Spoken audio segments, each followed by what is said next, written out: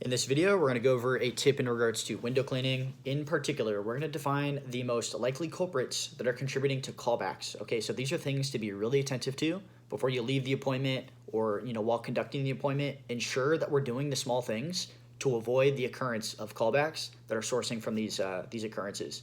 And callbacks suck. They take time. They cost us money. So let's,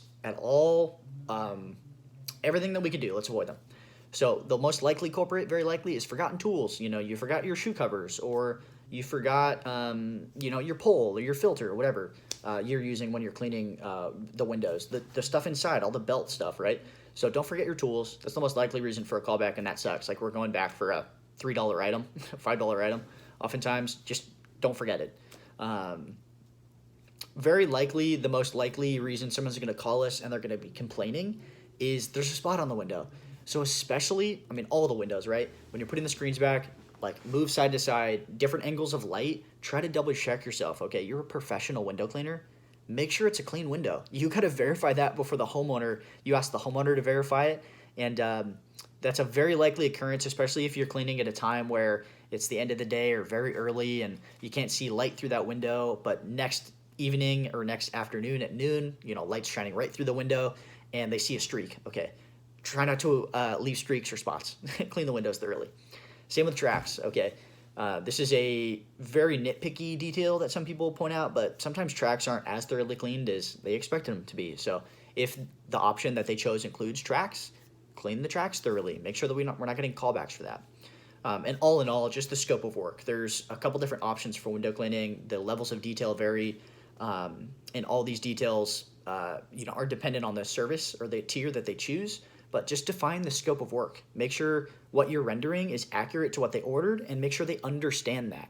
As the technician or the office manager, you guys should be confirming that with the customer so that they're aware, okay, yeah, like, I understand that you're just doing the exterior windows. You're not cleaning the screens. Or, I chose everything, so I want all the little details done.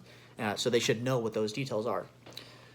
This is a likely culprit for a callback, especially in the retirement communities, is moving items, okay? We're oftentimes working for elderly folks. They can't move the chair back or their, desk or whatever it is. Okay, move the items back if we have to move them. We're very likely to request that they move the trinkets and stuff because those are really time intensive, and, like, where exactly do they go? I don't know what your house is like, but moving big items, especially, or moving items away, just try to put items back where you found them, because that sucks to have to go back and just put a floor mat back. That was a waste of time. You should have just done that in the first place. But all in all, callbacks take time. They cost us money. They're very frustrating.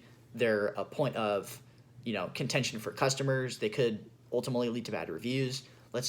Everything that we can do, let's try to avoid callbacks for window cleaning. And those are the most likely culprits.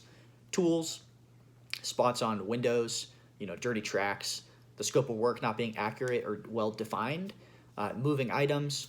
So make sure to pay attention to those before you leave an appointment.